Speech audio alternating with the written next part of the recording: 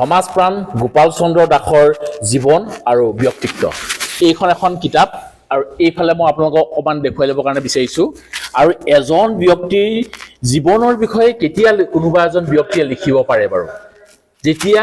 সেই বিশেষ এজন ব্যক্তি খুব বিশেষ হ'ব লাগিব আৰু বিশেষ কিছুমান কাম কৰিব লাগিব হয় নমস্কাৰ সকলোকে অসকাই অসম অন্য এটা ভিডিঅ'লৈ স্বাগতম জনালোঁ আজি মই যিহেতু উপস্থিত আছোঁ ডিগবৈ মহিলা মহাবিদ্যালয়ত আৰু ইয়াত আজি মই আপোনালোকক এনেকুৱা এজন ব্যক্তি চিনাকি কৰাই দিম যিজন ব্যক্তিয়ে আমাৰ সমাজৰ কাৰণে বহু কিবা কিবি কৰি থৈ গৈছে আৰু সেই কাৰণে সেইজন ব্যক্তিৰ ওপৰত আজি এখন গ্ৰন্থ তেওঁৰ ওপৰত লিখি উলিয়াইছে আৰু তেওঁৰ বিষয় অকমান ৰাইজক বা উঠি অহা প্ৰজন্মক জনাবৰ কাৰণে চেষ্টা কৰা হৈছে আৰু সেইজন বিশেষ ব্যক্তি আমাৰ মাজত আজি তেওঁ উপস্থিত আছে আৰু তেওঁ হৈ গ'ল গোপাল চন্দ্ৰ দাস ছাৰ নমস্কাৰ আৰু এই ছাৰৰ ওপৰত মই আগতে দুই এটা ভিডিঅ' প্ৰস্তুত কৰিছোঁ বহু ব্যক্তিয়ে চাইছে বহু লাখে ভিউছো আমাক মৰমো দিছে আৰু সেইজন ব্যক্তিক আজি আমি আকৌ এবাৰ আপোনালোকক চিনাকি কৰাই দিব পাৰে বহু বেছি সুখী হৈছোঁ ছাৰ যিহেতু আজি আপোনাৰ জীৱনৰ ওপৰত এখন গ্ৰন্থ আজি উন্মোচন কৰা হ'ল ইয়াৰ ওপৰত আপোনাৰ পৰা একদম চমুকে দুই এষাৰ কথা জানিব বিচাৰিছোঁ প্ৰথমতে এই গ্ৰন্থখনৰ ৰচক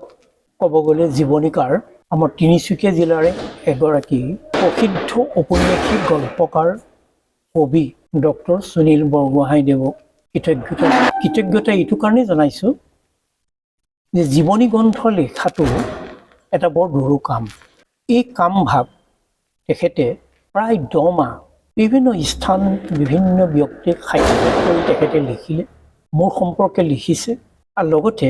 সমসাময়িক সমাজখনৰো তেখেতে কিছুমান চিত্ৰ তেখেতৰ এক নতুন ঔপন্যাসিক শৈলীৰে উপস্থাপন কৰিছে তেখেতে মোৰ সম্পৰ্কে বহুত ভাল কথা লিখিছে কিন্তু মই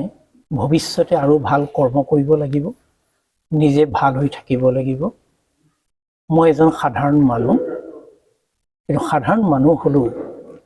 আমি কৰ্ম সংস্কৃতিৰে নিজৰ মংগল সাধনা কৰাৰ উপৰিও সমাজৰ মংগল সাধনা কৰিব পাৰোঁ হয় অশেষ ধন্যবাদ ছাৰ আৰু বিশেষকৈ মই আপোনালোকক ক'ব লাগিব যিজন ব্যক্তিক আপোনালোকে দেখিছে এই ছাৰে এটা সময়ত চৰকাৰী বিষয়া আছিলে আৰু তাৰ পৰা তেওঁ ৰিটায়াৰমেণ্ট লোৱাৰ পাছত তেওঁ বিভিন্ন ধৰণৰ সমাজৰ কামবিলাক কৰি আমাৰ উঠি অহা প্ৰজন্মক বহুতখিনি তেওঁ সাহস দিছে সহায় কৰিছে আৰু আমাৰ বহু পিছপৰা শ্ৰেণীৰ ছাত্ৰ ছাত্ৰীক ছাৰে বহুখিনি সহায় কৰি পেলাই স্কলাৰশ্বিপ দি পেলাই তেওঁলোকক বহুখিনি পঢ়িবৰ কাৰণে সুবিধা কৰি দিছে আৰু অকল ইমানেই নহয় আমাৰ সমাজত বহুখিনি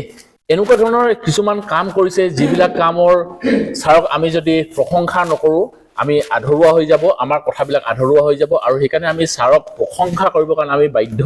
আৰু সেই তাৰ ওপৰতে ছাৰৰ জীৱনীৰ ওপৰতে এই গ্ৰন্থখনত বহুখিনিয়ে কথাই লিখা আছে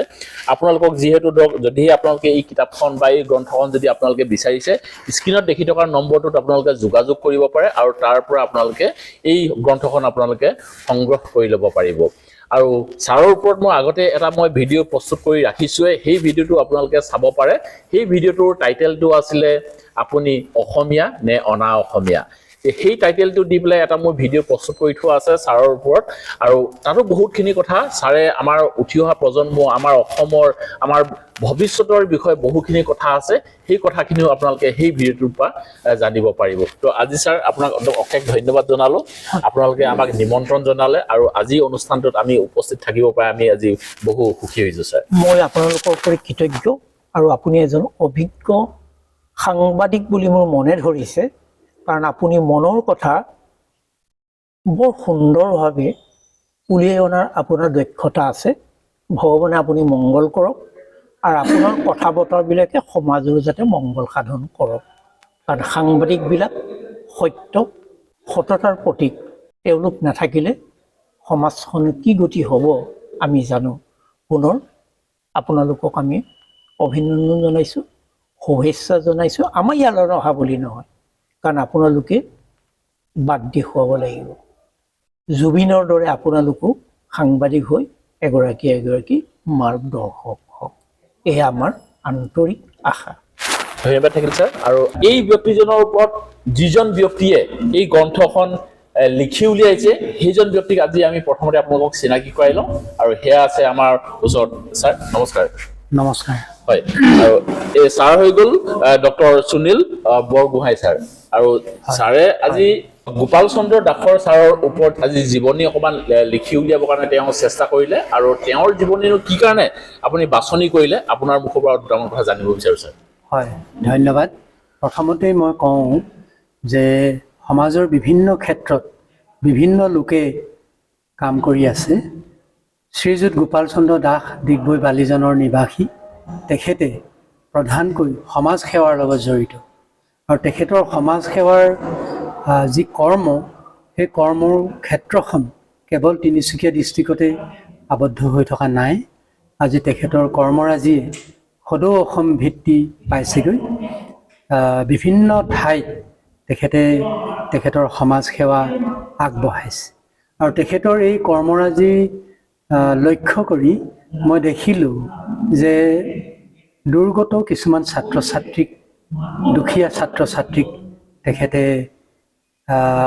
শিক্ষা গ্ৰহণৰ সুবিধা কৰি দিছে, আৰ্থিক সাহাৰ্য দিছে, বিভিন্ন সামগ্ৰী তেখেতে তেওঁলোকলৈ দিছে আৰু বিবেক নামৰ এটা অনুষ্ঠান, Anita Das memorial educational foundation, তেনে এটা অনুষ্ঠান আৰু ডিগবৈ পেইন এণ্ড পেলিয়েটিভ ছ'চাইটিত তাতো কেঞ্চাৰ ৰোগীসকলৰ কাৰণে তেখেতে কাম কৰি আছে। আৰু সেয়াই নহয়, তেখেতে নতুন প্ৰজন্মক কৰ্মৰ আৰ্হি দেখুৱাইছে যে আমি কামৰ অবিহনে আমাৰ কোনো গতি নাই, আমি কাম কৰিব লাগে, চাকৰি বাকৰি নাই বুলি আমি হাত সাৱটি বহি থাকিব নালাগে। তেওঁ নিজেই খেতি বাতি কৰি তাৰ আৰ্হি দেখুৱাইছে। তেওঁ নিজেই মাছ পুঠি পুখুৰীত পুহি তেওঁ খেতি পথাৰ কৰি পথাৰত ধান ৰুই, শাক পাচলি ৰুই বা অন্যান্য ৰবি শস্য, খাৰিফ শস্য কৰি তেখেতে সমাজক এটা আদৰ্শ দেখুৱাইছে। আৰু তেখেতৰ বহুত দিশ আছে, যিবোৰ দিশ চমুকৈ উল্লেখ কৰিবহে পাৰি, কিন্তু যদি আমি ব্যাখ্যা কৰোঁ সেইখিনি এটা এখন ডাঙৰ গ্ৰন্থই হ'ব। গতিকে মই চমুকৈ উল্লেখ কৰিছোঁ যে তেখেতৰ যি গ্ৰাম্য প্ৰীতিতা, মানৱতা, তেখেতৰ যি সহৃদয়তা, মানুহৰ প্ৰতি সহায়ৰ যি তেওঁ প্ৰৱণতা আৰু অধ্যয়ন স্পৃহা, ভ্ৰমণ প্ৰিয়তা ইত্যাদি। তেওঁ কিবা এটা ক্ষেত্ৰত ভ্ৰমণ কৰিছে, কিন্তু তেওঁ এনেই ভ্ৰমণ কৰিবলৈ যোৱা নাই। তাৰ পৰাও তেখেতে কিছুমান আৰ্হি আদৰ্শ গ্ৰহণ কৰিছে আৰু সেইখিনি তেওঁ নিজৰ ব্যৱহাৰিক ক্ষেত্ৰখনত প্ৰয়োগ কৰিছে। গতিকে তেখেতে গছপুলি ৰোপণ কৰাৰ পৰা আদি কৰি লায়ন্স ক্লাবৰ এজন সদস্য হিচাপে প্ৰকৃতিৰ বিভিন্ন গছপুলি বিভিন্ন ঠাইত, বিশেষকৈ ডিগবৈ বিভিন্ন অঞ্চলত ৰোপণ কৰি আমাৰ পৰিৱেশ কেনেকৈ সেউজীয়া কৰি ৰাখিব পাৰি, আমাৰ পৰিৱেশ যেনেকৈ ৰক্ষণাবেক্ষণ দিব পাৰি, তাৰো ব্যৱস্থা তেখেতে কৰিছে। মুঠতে মই দেখিলোঁ যে এই ব্যক্তিজন বিভিন্ন ক্ষেত্ৰত তেখেতে